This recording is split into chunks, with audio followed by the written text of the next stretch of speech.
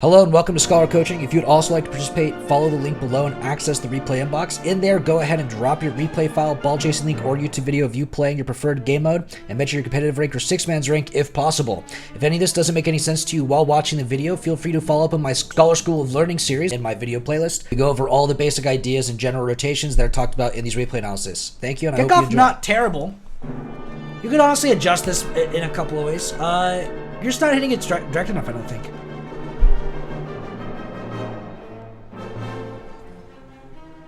Yeah, you end up landing a little, so this one's super hard to do because if you land too late, you could end up going past the ball or hitting the ball without being able to jump in front of it. This is a really tough one. I like to simplify this kickoff because like even no flip kickoff will still get a 50 more times than not on a fast kickoff. I mean, there is an exception to that. Obviously, if the guy literally just goes for a blow through, like he can chip it around you, but then you don't jump in general. Like, you just drive around. Yeah, this one's really tough. It's really tough to really master. The biggest thing overall is that you're landing really off to the center of it, and you're getting the fast flip and you're coming in, but like comparatively, look at his line. His line's coming in and is getting pretty close to scraping, while yours, to begin with, because you already started turning, is missing the ball a little bit, right? If you're landing just like a car's fatness, a car's width, like right here comparatively, you'd be pretty much matched with him. This would basically freeze up. You're just a little off on this one. It's going to come down to muscle memory, practice, and so on. If we watch the other guy, as a little example, because it happens to be in the game, he's flipping to the left. Yep, flipping to the left is a little bit easier here compared to flipping to the right, and that's what you end up doing. I think you flip to the right.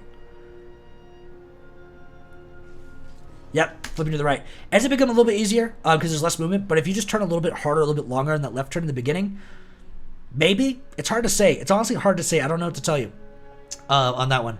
But overall, kickoff's not bad. You're just a little off on that one. Continue practicing it. Maybe think about converting to a slower kickoff if it's on the awkward side for you, because the other side should be much easier. Should be a lot smoother for you. Ouch. What a great 50 on this guy. Ball it. I like how you're starting his shadow overall.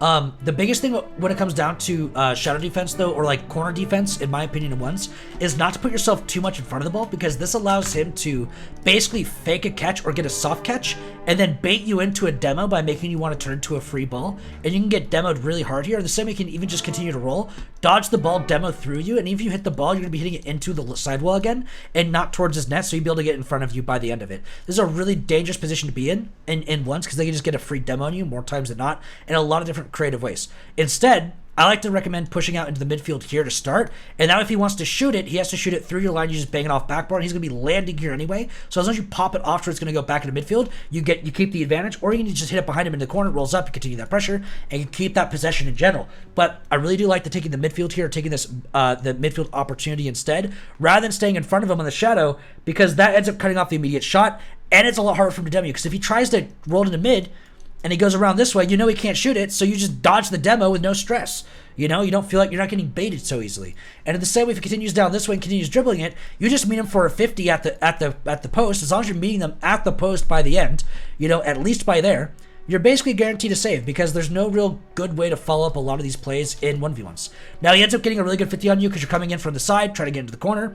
You don't get a strong enough hit into the corner. Maybe some flip timing, maybe some turn timing on this one a little bit. A little too much boost maybe. Really hard to say, but great save at the end there. Really close to getting punished, honestly. Start to close the gap. Come in, get your side boost. Don't dive. Yeah, don't ego challenge this. In general, like, this is kind of the same thing in opposite, like when you're defending corners, you have advantage here in Danny's perspective, because like even if you win this 50, it's more likely not going to turn out in your favor, because there's so many different ways that it bounces out of your range comparatively to in your range, and Danny has more field to mess with on a recovery in order to get a shot on your net if it goes in his favor, right? On average, just fake this and take over the midfield again, like way earlier, and then stay ahead of him so you can cut into and throw him into the corner again, right? Or against the sidewall, stay ahead of that play. It's really risky to go challenge on the wall, especially near the enemy corner there. Unless if you know for sure you are dusting him, like dusting him. Can't be close, because server will get you on that one. If it looks close, you're going to get 50'd anyway. But you got to be dusting him guaranteed. Again, really, really awkward to challenge, right? Highly recommend just leave the boost if you have to. 12 into here, right? He continues. Now you're facing into the corner. You can just take a direct challenge. He has to flick you. If he flicks you, it's probably not in the net. It's probably going over. You have a lot of time to recover. right? A lot of options overall. I do know that you're probably going to want that boost. You're going to be hungry for it. You're going to be starving. But it's really important that in your recovery line, or the way that you end up doing this, puts you back into that midfield to where you're not slowing down and shadowing here. Or in the same way, pads, instead of going for the boost, pads and then cut in would be really strong. Half the time, the possession or that immediate pressure leading away from your net is more important than boost in once. You can't play too heavily on boost sometimes, even though it can end up getting you into a starving ritual. That positioning, that force can eventually get you out of it too. The fake challenge here is not a bad idea, it's a very good idea, but you do it way too late. You should be starting your fake right here. Literally start turning right now, and then come around, and then just be that little bit farther ahead. The distance at which you fake is really important. Always expect a banger on the net if you're going to be faking. Always expect a banger on the net. Never anything less. Good dodge. The boost spawn timing was terrible for you there. Drive in reverse a little bit, try to bait, okay? Stay ahead of him. Alright, that's fine. Your low boost, you're kind of awkward. If you could take, again, if you could have taken midfield and shoved him into the corner again, I think that'd be a lot stronger. But overall, that wasn't too bad of execution. I think you did a good job reading it, and pretty decent job there. Great kickoff. I mean, great 50 as well. Good breakthrough. D-Mouse for the sub. Damn, dude, thanks for the prime. Oof. Damn. So this kickoff, I'm gonna wait for this over. Anyway, so on this kickoff here, you're really close to the right idea. You're just not flipping forward or diagonally. You're side flipping on your 50, right? Oh, don't do this to me. I'm just gonna wait. I'm gonna wait it out. I'm gonna wait it out. Come on, no, don't do this to me. I'm getting robbed in broad daylight. Come on, Rocket League, don't do this. You can be nice. You can be nice. All right, we're restarting the game. Hurting my feelings, Rocket League. For the last time, I'm gonna uninstall. How could Rocket League do it? Did Steam just crash on me, bruh? Bro, where's the chances? What is this? What's the RNG of the Steam wanting to crash right there? Like what?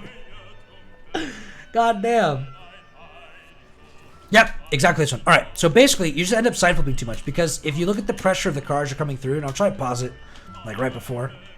Think. All right, so because you end up side flipping, yes, you get this first touch. You definitely do get this first touch pushing in, but you're side flipping this way so you don't continue your car's momentum in through the ball this way, so as it bounces off of him, you're not pushing it through. But instead, your car's taking a more of a blue line, and so the ball bounces off of you, then back to him, and then it goes over you, right? Or it can go over you on the first hit, right? It ends up turning into a dunk. And it's because you're pushing your car in a side flip rather than a diagonal or forward flip on this ball. If you diagonal flip ideally to the right, like a proper diagonal flip to the right, this would basically be a win on the kickoff, or at least a freeze for you, in my opinion. Can we get this slow? Yes! Boom! See how you're side flipping comparatively? And look at him. He has that forward motion in that front flip, right? And so he's gonna dominate you on that every time. He's gonna dominate you. Good job.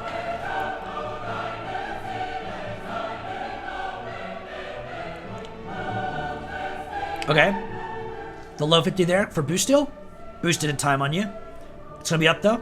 Oh, he got it. I'm sure he got it. Good bump. This is what I'm talking about, dude. You punished him for what I told you not to do as well, right? In these shadows, you can't be shadowing in front of your guy, an opponent like this because he's going to bump you, right? You just did it to him. So you don't do it either. If it's that easy for you to get a goal here, then it's that easy for him to get a goal like that too. That's why you don't defend like that. Nice. You get side boost. What do you do here? This is why you don't 50 and then be corner, man. Oh, the pain. I do this too, honestly. I'm actually terrible at this game because I'm a brain dead monkey like this as well. We all do it, LGY. We all do it. But at the end of the day, you just gotta make yourself better at this. It's not worth it. It's not threes. In threes, if taking this 50 is fantastic because you should have a second man in mid. If it blows out, a good goal opportunity. If it fails, your third man gets a free ball anyway. It's a win-win. In twos, still semi worth it because your second man, if he's in midfield and it goes through, it's great. If it's not, you can still probably shout out the defender. But in ones, it blows through or fails, who's getting the ball on your team? No one. It's only you. You have to play for the long-term perspective here. Do not dive this. It's not going into his net. You get faked for a demo. You can fake for a shadow. You can do a lot of things. Faking for a demo would be something similar because he's kind of awkward here. Drive through the ball while turning left in the motion, right? And try to demo on the way through. If he gets this kind of hit, you should be able to get back into it and still get some sort of save at the end of it, hopefully, before he gets there. It can still be very risky. Wouldn't recommend it fully unless if you're coming in from the inside like this, demoing through this way, guaranteeing the demo on the way out, and then you stay ahead of him, guaranteed all the way through, right? You want to come from the inside of the field. I want to do it from the outside. From here, though, I'd recommend the fake and shadow from outside the wall. You literally, around this 12 pad right here, coincidentally, this is 12 pad, you're going to turn out, go back around, and then you stay ahead of him, and now you can hit it back to your own side for possession. You can try to bait him in for a chip around him. There's a lot you can end up doing for this play, but the main thing is that you can't dive that for a 50. No, don't do it. Let's skip over your goal, and then let's go back to this one. So this next one, bang, you fake, okay? It's more like you waited for him to hit it above you, and then you tried to recover it. You didn't really fake into this. You basically just started to rotate back because you saw that he had possession over your head and you couldn't dive that. So you started to leave. But, like, you already know he's setting up here. You should have been neutral facing for the start of this. That way if he goes awkward, you can go up and chip that off to the corner the same way, right? Whenever you see him setting up for an air dribble that you can't 50, you can't guarantee off of him, you want to be neutral facing before it starts. You want to turn in, like, right here and be neutral facing, covering your net. If he goes behind you, what's he going to do? Hit into your corner? Well, who cares, right? You turn back in. It's the same defense you're always going for. But if he goes towards your net, right, and he pops at start, the first big touch, instead of you being underneath it and too awkward, you'd be able to turn and jump and get that engagement if he makes a first touch go for a flip reset or anything that's going to be a big solo play that's not a drag. If he's dragging it, you then start your shadow because he's going to run out of boost at some point on that drag starting from here, and then you'll be able to get it at the end, no problem, right? But you start with a neutral facing, you preemptively turn out. You cannot wait until after the fact. Yeah, good try on that 50, man. Those 50s are really tough. You can try to be a little more ahead of it, so you have to meet it at the ground more, but in the same way, it's still fun. Good kickoff here. Next goal was in the dribble. You turn out. You try to get the save. 50. Nice. He gets the boost steal. Happens. He's just outpacing you. Oh, you're done. This is a tough one. So, he ends up getting the boost steal here. I recommend turning back towards net and then getting back, or turning down or into midfield here and cutting off that midfield again. Then you can collect a 12 pad right out here. 12. Turn in. 12 in. Boom. Hit it back to the corner. Reset. You know what I mean? Get a little bit of that. And get your opportunities to overall make those adjustments. He got a really good boost steal there, man. You could be faster into the breakthrough to get the boost steal as well. There's a few things you can do to get that control in the corner, I'm sure. But really the simple answer there is if he gets that boost steal from you, you're going to want to cut off that midfield again first and then get him to bait into a shot that you can save with 12 boost. Nice, okay.